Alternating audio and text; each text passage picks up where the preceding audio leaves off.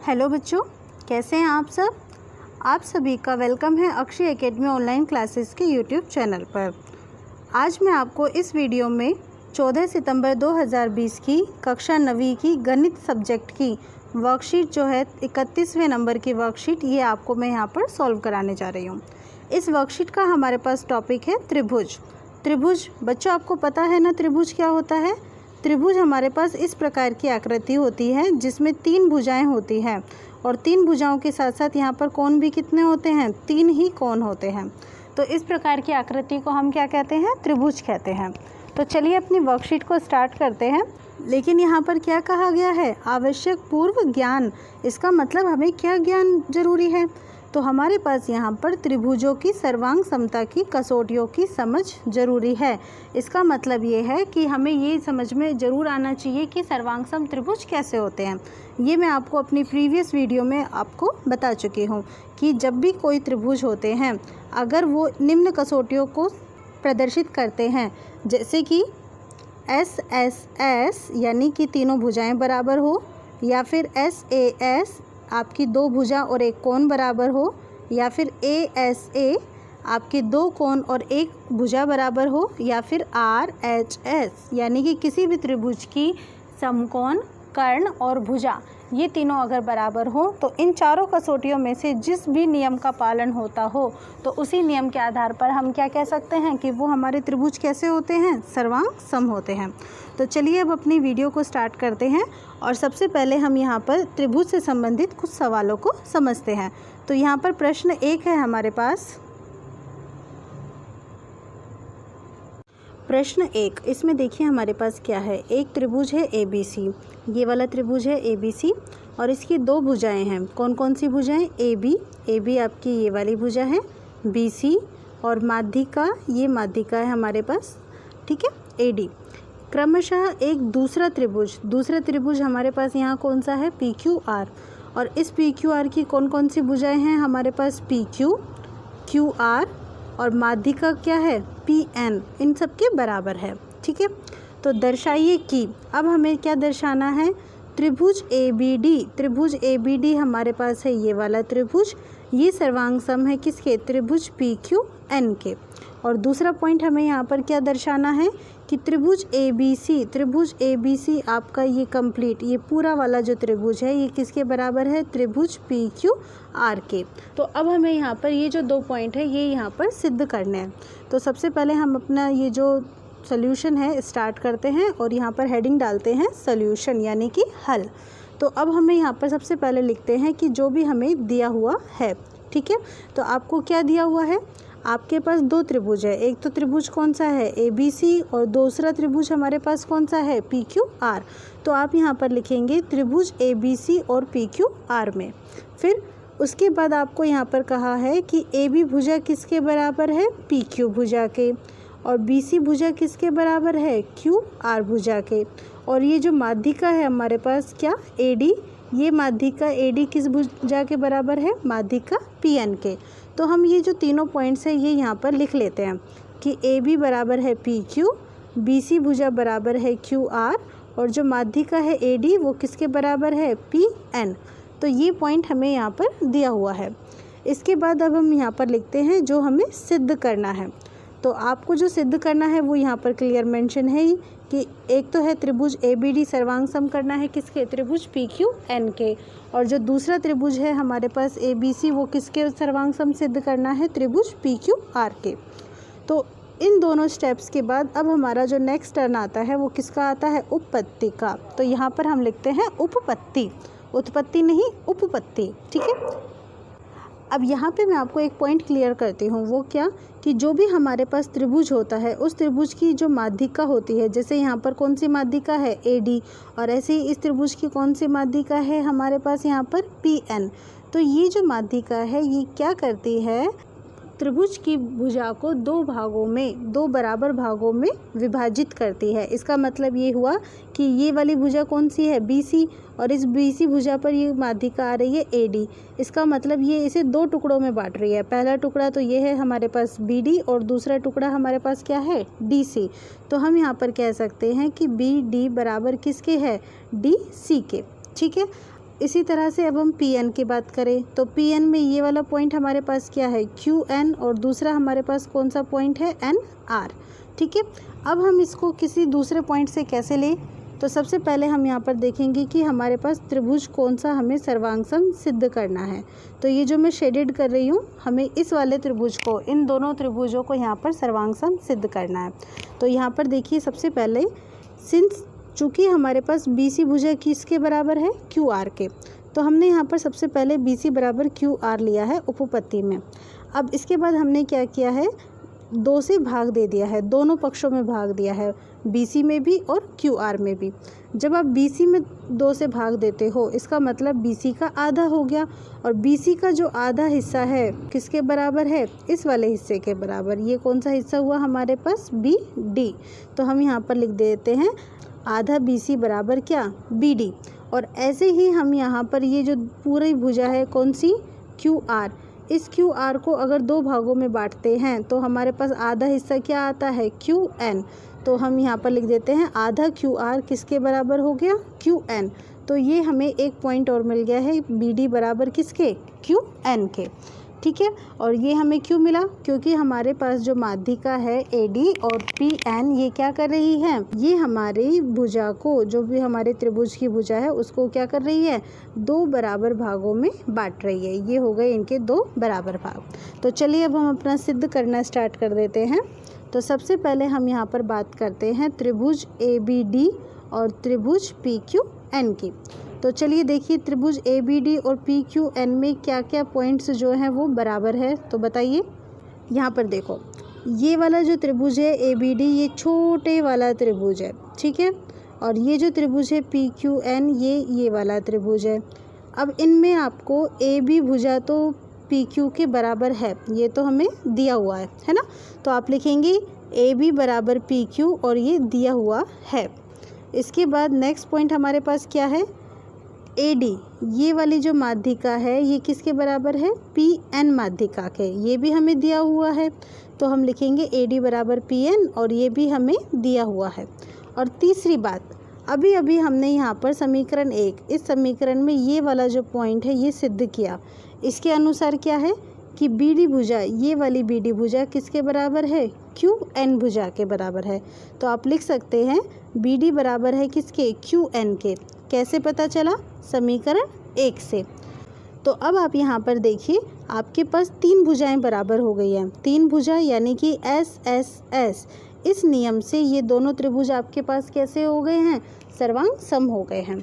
और जब हमारे पास ये दोनों त्रिभुज सर्वांग सम सिद्ध हो जाते हैं तो हम क्या कहते हैं, CPCT, अर्थात सर्वांग सम त्रिभुज जो होते हैं उनके जो संगत पार्ट्स होते हैं, उनके संगत हिस्से होते हैं, चाहे वो भुजा हो या फिर कोण हो, वो आपस में कैसे होते हैं, बराबर होते हैं।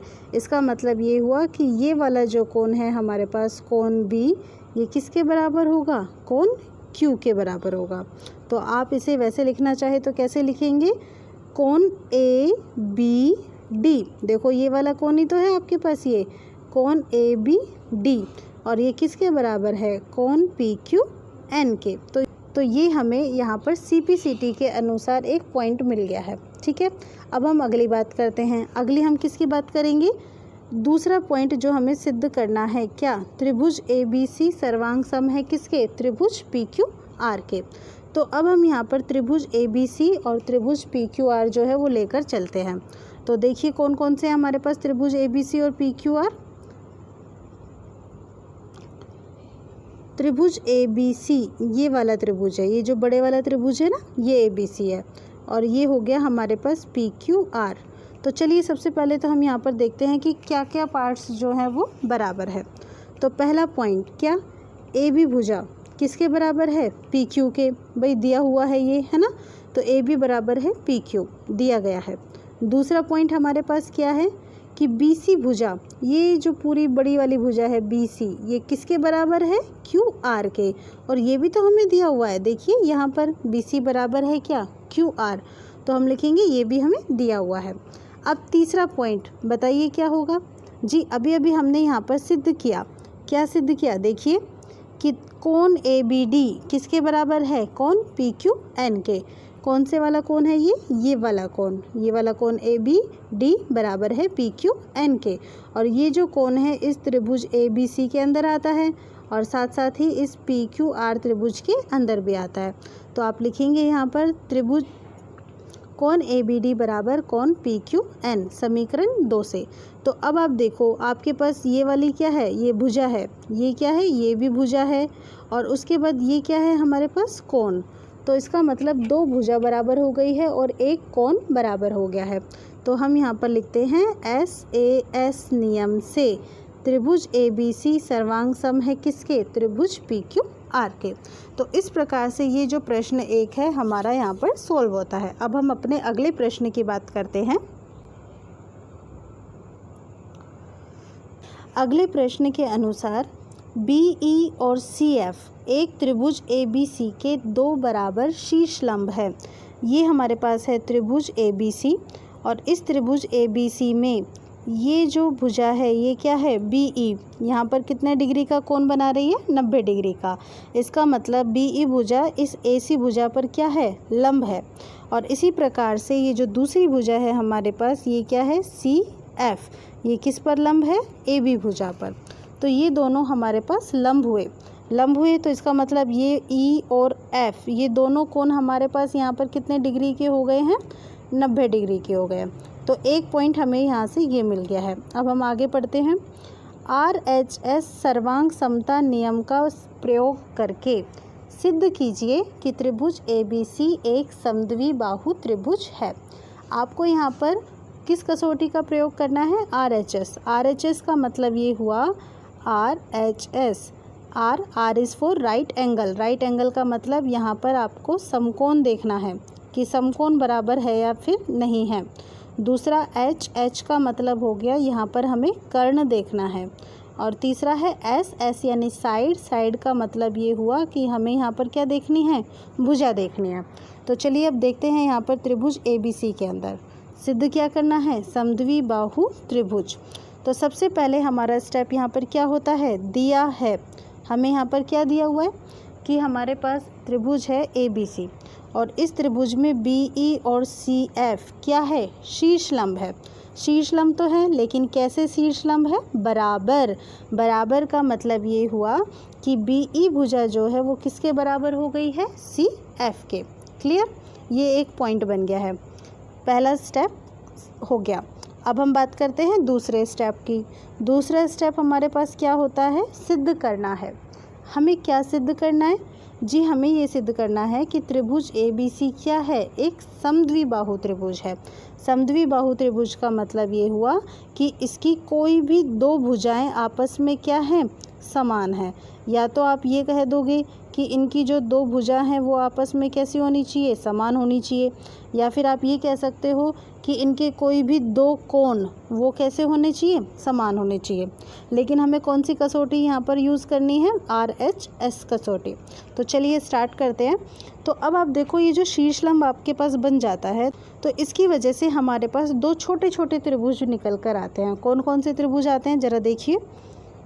एक तो ये वाला त्रिभुज आ रहा है मेरे पास, त्रिभुज BEC, आपको दिखाई दे रहा है ना, त्रिभुज BEC। और इसके अलावा एक त्रिभुज और मिल रहा है मुझे, और वो कौन सा त्रिभुज है, ये वाला त्रिभुज। ये देखिए आप, ये है मेरे पास BCF। ठीक है, तो अब आपको ये तो क्लियर हो गया है कि 2 त्रिभुज मेरे पास यहाँ पे बन गए हैं। अब इन दोनों त्रिभुजों में मुझे क्या करना है, मुझे ये सिद्ध करना है कि त्रिभुज ABC समद्विबाहु त्रिभुज है। तो इसके लिए मैं क्या करती हूँ, इन दोनों छोटे छोटे त्रिभुजों को पहले सर्वांग सम सिद्ध करती हूँ। तो सर्वांग सम सिद्ध करने के हमारे नियम देखते हैं। तो अपने उन नियमों के अनुसार सबसे पहले हम यहाँ पर क्या देखते हैं, ये देखो BC भुजा, ये BC भुजा दोनों त्रिभुजों के अंदर है ना भाई, ये वाली BC भुजा है, इसमें एक तो त्रिभुज ऐसे बना हुआ है और दूसरा त्रिभुज हमारे पास इस प्रकार से बना हुआ है। इसका मतलब ये हुआ कि ये BC भुजा जो है वो दोनों त्रिभुजों के अंदर है। तो ये हो गया हमारे पास फर्स्ट पॉइंट कि BC बराबर है किसके, BC के। अब हम दूसरी बात देखते हैं क्या, कि ये जो कोण है यहाँ पर ये कितने डिग्री का कोण है, 90 डिग्री का। ऐसे ये वाला कोण भी देखिए, ये भी कितने डिग्री का कोण है, 90 डिग्री का। तो आप इन दोनों को बराबर लिख दीजिए। तो आप क्या लिख रहे हैं, कोण बी एफ सी ये वाला कोण किसके बराबर हुआ, कोण CEB के। ठीक है, ये हो गया हमारे पास समकोण। हमारे पास कौन सा पॉइंट बचता है, आप ज़रा देखिए। हमारे पास ये जो शीर्ष लंब हमने डाले थे, एक शीर्ष लंब तो क्या CF, ठीक है, ये वाला शीर्ष लंब CF और दूसरे वाला शीर्ष लंब ये कौन सा BE। तो ये दोनों भी आपस में कैसे हैं, बराबर हैं। क्यों बराबर है, क्योंकि यहाँ पर देखिए ये तो आपको दिया हुआ है बिंदु कि ये दो बराबर शीर्ष लंब है। तो इसका मतलब ये हुआ कि हमारे पास 3 बिंदु 3 पॉइंट्स जो है हमें मिल चुके हैं। एक भुजा मिल चुकी है, एक समकोण मिल चुका है और एक क्या मिल चुका है, कर्ण। तो इस प्रकार RHS नियम के अनुसार हमारे पास त्रिभुज BCF सर्वांग सम है किसके, त्रिभुज CBE के। तो चलो ये सर्वांग सम तो सिद्ध हो गया, लेकिन सर्वांग सम सिद्ध होने से क्या होता है, क्या ये सिद्ध हुआ कि ये जो त्रिभुज है ABC ये समद्विबाहु त्रिभुज है, अभी तक तो नहीं हुआ। क्यों, क्योंकि अभी तक तो हम त्रिभुज ABC को लेकर ही नहीं चल रहे थे, हम तो छोटे छोटे त्रिभुजों को लेकर चल रहे थे। तो अब आपके पास ये त्रिभुज सर्वांग सम सिद्ध हो चुके हैं, है ना। तो यहाँ पर हमारे पास ये कॉन्सेप्ट हुआ कि जब ये त्रिभुज सर्वांग सम सिद्ध होते हैं तो इनका जो कोण होता है, तो पहला तो है यहाँ पर ये देखिए कोण FBC, यहाँ से शुरू हुआ FBC, ठीक है, ये वाला कोण। और दूसरा कोण कौन सा है, कोण ECB, ये वाला हिस्सा, ठीक है, ECB ये वाला कोण, ये भी आपस में कैसे हो गए हैं, बराबर हो गए हैं। तो इसका मतलब ये हुआ कि ये कंप्लीट कौन सा कोण है, कोण B, और ये कौन सा कोण है, कोण C। तो कोण B भी किसके बराबर हो गया, कोण C के। और जब ये कोण बराबर हो गए हैं तो इनके ठीक सामने वाली भुजा कौन सी है, ये देखो ज़रा, AC भुजा। और ऐसे ही बिल्कुल ठीक सामने C के सामने वाली भुजा कौन सी है, AB भुजा। तो इसका मतलब ये हुआ कि AC भुजा किसके बराबर हो गई है, AB के, क्योंकि किसी भी त्रिभुज के बराबर कोणों की सम्मुख भुजाएं कैसी होती हैं, बराबर होती है। और जब दो भुजाएं बराबर हो गई हैं तो वो हमारे पास कैसे त्रिभुज हो गए हैं, समद्विबाहु त्रिभुज। तो ये हुआ हमारे पास प्रश्न नंबर 2। तो अब हम यहाँ पर चलते हैं अभ्यास प्रश्न की ओर। अभ्यास प्रश्न जो है हमारे पास 2 दिए हुए हैं और दोनों ही बड़े आसान से प्रश्न हैं। चलिए देखते हैं इनको हम कैसे सॉल्व करेंगे। तो प्रश्न 1, अभ्यास प्रश्न के अंदर प्रश्न 1 हमारे पास है कि AD एक समद्विबाहु त्रिभुज का एक शीर्ष लंब है। तो सबसे पहले तो हम यहाँ पर एक समद्विबाहु त्रिभुज बनाते हैं। ये हो गया है जी हमारे पास एक समद्विबाहु त्रिभुज ABC, ठीक है। हम यहाँ पर मार्किंग कर देते हैं A, B और ये C, ठीक है। अब इस ABC में AD ये क्या है, ABC का शीर्ष लंब है। शीर्ष लंब का मतलब ये हुआ कि यहाँ A से हमने एक शीर्ष लंब डाल दिया है D। AD 90 डिग्री का कोण बन रहा है कहाँ पर, D पर। तो जिसमें AB भुजा किसके बराबर है, AC भुजा के बराबर है। अब हमें यहाँ पर क्या दर्शाना है कि AD रेखाखंड क्या करता है, BC को समद्विभाजित करता है। यानी कि ये जो BC भुजा है और AD रेखाखंड इसके ऊपर आ रहा है तो ये इसके 2 बराबर टुकड़े करता है। इसका मतलब BD बराबर BC, ये हमें यहाँ पर सिद्ध करना है। तो सबसे पहले हम यहाँ पर लिखते हैं कि हमें क्या दिया हुआ है,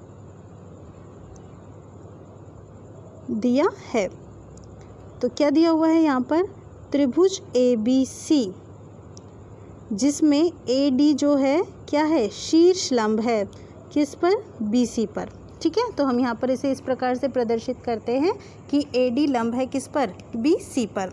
और फिर उसके बाद दूसरा पॉइंट हमें यहाँ पर क्या दिया हुआ है कि AB भुजा किसके बराबर है, AC के बराबर है। अब दिया है के बाद हम यहाँ पर लिखते हैं कि हमें यहाँ पर क्या सिद्ध करना है। तो अब हम लिखेंगे सिद्ध करना है। क्या सिद्ध करना है हमें यहाँ पर कि AD रेखाखंड BC को समद्विभाजित करता है। मतलब कि ये जो भुजा है BD ये किसके बराबर है, DC के। तो BD बराबर DC, ये हमें यहाँ पर सिद्ध करना है। तो चलिए अब लिखते हैं उपपत्ति। अब हम यहाँ पर देख पा रहे हैं कि ये जो AD रेखाखंड है इस पूरे त्रिभुज ABC को 2 बराबर भागों में बांट देता है।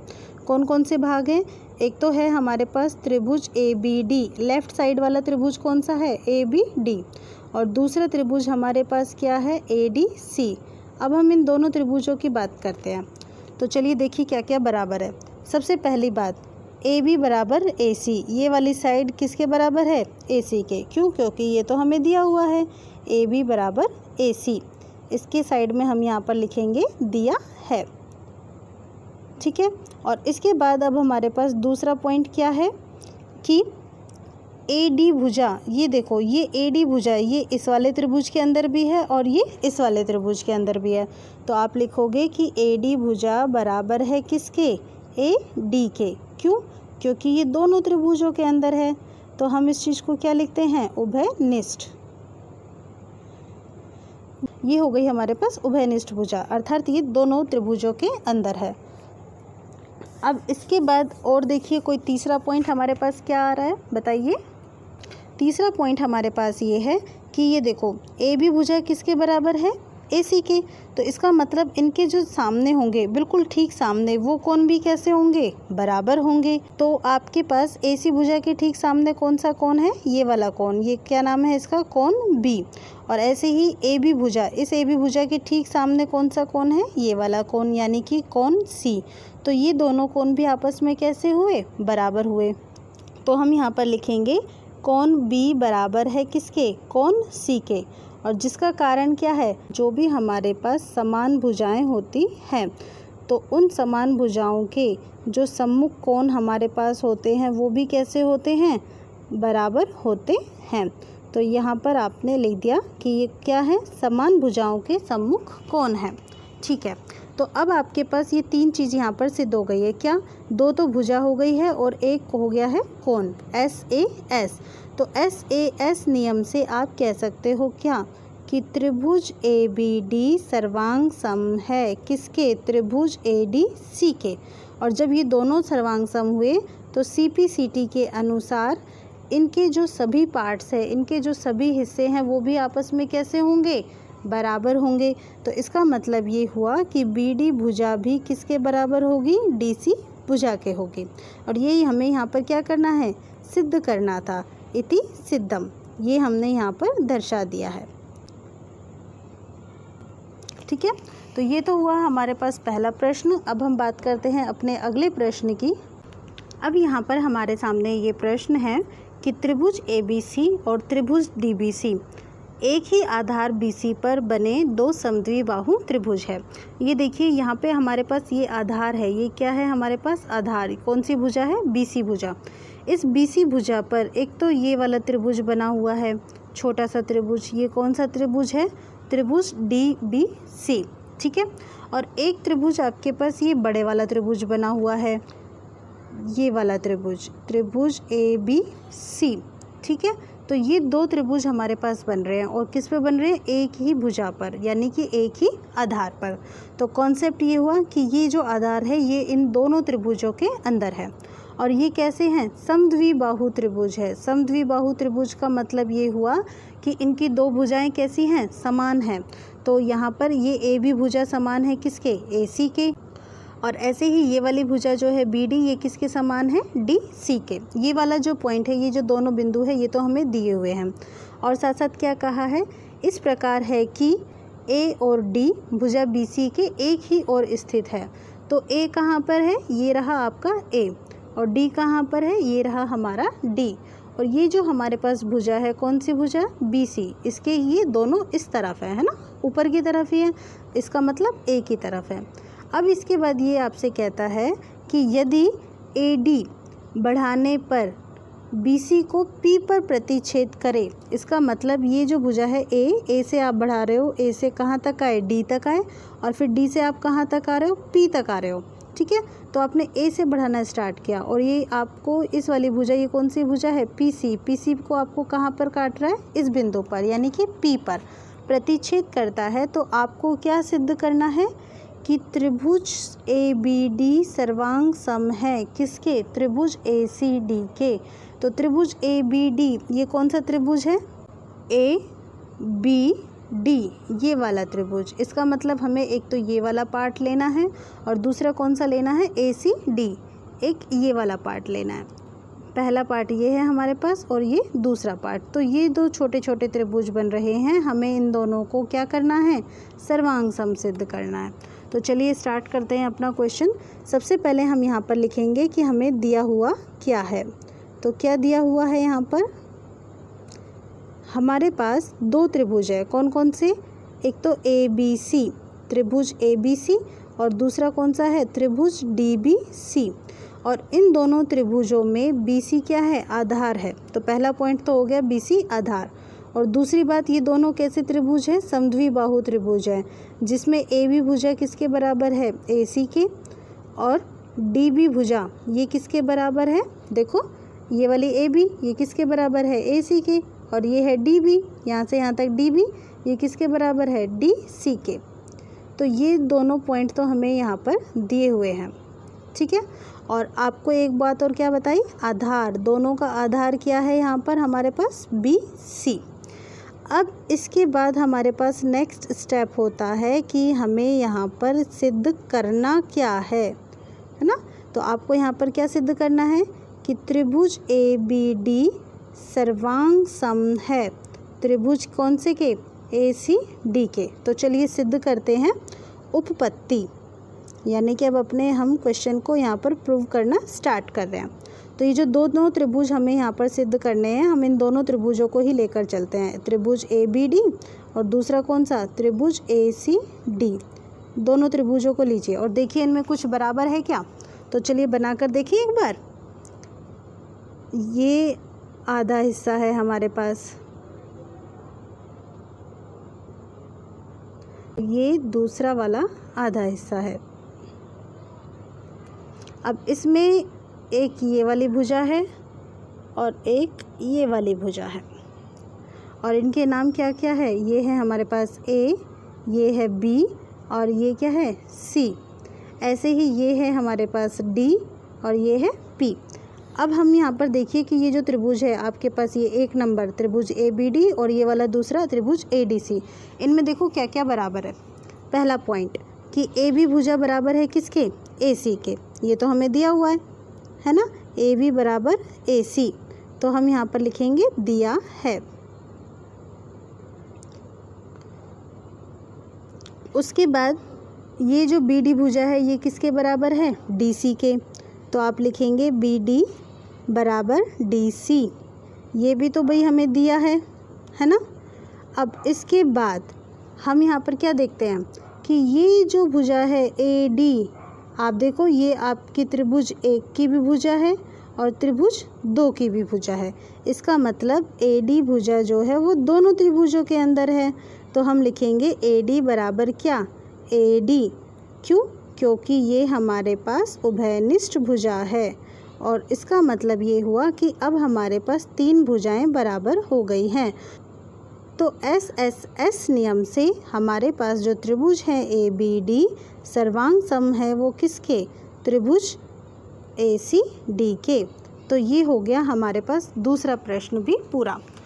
मैं उम्मीद करती हूँ आपको ये जो वीडियो है वो बहुत अच्छे से क्लियर हुई है, आपको अच्छे से समझ में आई है।